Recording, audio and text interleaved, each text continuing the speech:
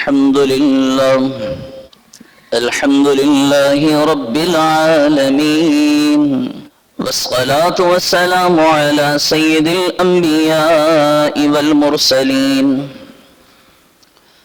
أما بعد، فأعوذ بالله من الشيطان الرجيم. بسم الله الرحمن الرحيم. قال الله تبارك وتعالى في شان حبيبه: إن الله وملائكته يصلون على النبي يا أيها الذين آمنوا صلوا عليه وسلموا تسليما. اللهم صل وسلم على سيدنا محمد قد ضاقت حيلتي أدركني يا رسول الله صلى الله عليه وسلم. مولاي صل وسلم دائما أبدا على حبيبك خير الخلق كلهم. يا رب بالمصطفى بلغ مقاصدنا واغفر لنا ما مضى يا واسع الكرم.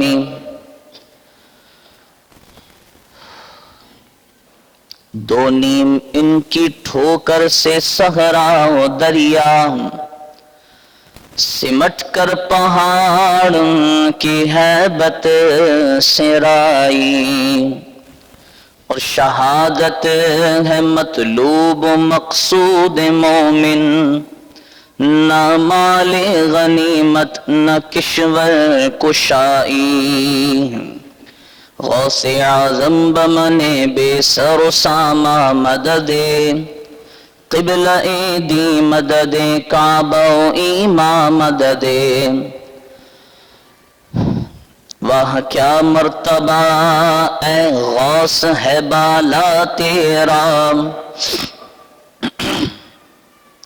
اونچے اونچوں کے سروں سے ہے قدم اعلیٰ تیرا. میرا خواجہ عطا رسول ہے، وہ بہار چشت کا پھول ہے، وہ بہار گلشن فاطمہ، چمن علی کا نگال ہے.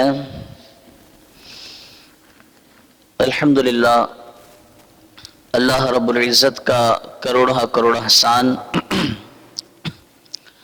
اور آقا دو جہاں صلی اللہ تعالی علیہ وآلہ وصحبہ وبارک وسلم کی بارگاہ میں لاکھوں کروڑوں درود و سلام کہ جس رب کے فضل سے اور محبوب کریم علیہ افضل الصلاۃ والتسلیم کی خصوصی نظر عنایت سے ہمیں آج کا یہ برکتوں والا، عظمتوں والا، رفعتوں والا، بلندیوں والا دن نصیب ہوا.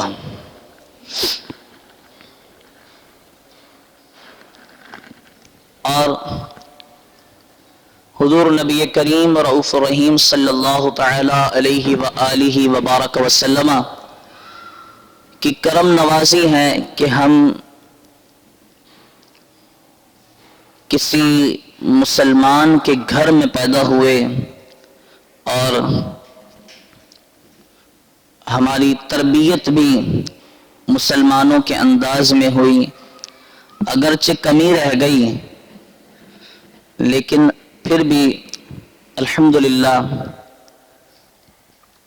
کہ اللہ رب العزت نے اتنا بھی ہم پر احسان کیا کہ ہم مسلمانوں کے گھر میں پیدا ہوئے اور مسلمانوں کے انداز میں پلے بڑے اور بڑے ہو گئے. اور مزید احسان اور کرم نوازی یہ ہوئی کہ اللہ رب العزت نے ہمیں دین اسلام کے نام پر عظیم الشان جو محبوب کریم علیہ الصلاۃ والسلام کے نعلین کے صدقے ہمیں یہ ملک پاکستان عطا کیا. آج 28 جمادی الاولیٰ یوم عرس حضرت سیدنا خالد بن ولید رضی اللہ تعالی عنہ، آپ سیف اللہ یعنی آپ رضی اللہ تعالی عنہ کی خاصیت یہ ہے کہ آپ کو اللہ کی تلوار کہا جاتا ہے۔ یہ حضرت خالد بن ولید رضی اللہ تعالی عنہ کی شان ہے کہ آپ کو اللہ کی تلوار کہا جاتا ہے۔ اور حضرت خالد بن ولید رضی اللہ تعالی عنہ جنگ موطا سے 2 ماہ قبل دین اسلام سے مشرف ہوئے۔ آپ کو یہ شرف ملا کہ آپ حضور سرور کونین سید الانبیاء خاتم الانبیاء علیہ افضل الصلاۃ والتسلیم کی بارگاہ میں حاضر ہوئے اور آپ نے اسلام قبول کیا۔ اور عظیم الشان بات یہ کہ جب آپ نے اسلام قبول فرمایا تو آپ نے نبی محتشم صلی اللہ علیہ وسلم کی بارگاہ میں ندامت کا بھی اظہار فرمایا کہ یا رسول اللہ، خالد نے دین اسلام کی ترویج و اشاعت میں بڑی رکاوٹیں ڈالی ہیں۔ یا رسول اللہ، خالد نے بڑے غزوات میں مسلمانوں کے خلاف شرکت کی ہے۔ یا رسول اللہ، کیا خالد کے وہ گناہ معاف کر دیے جائیں گے؟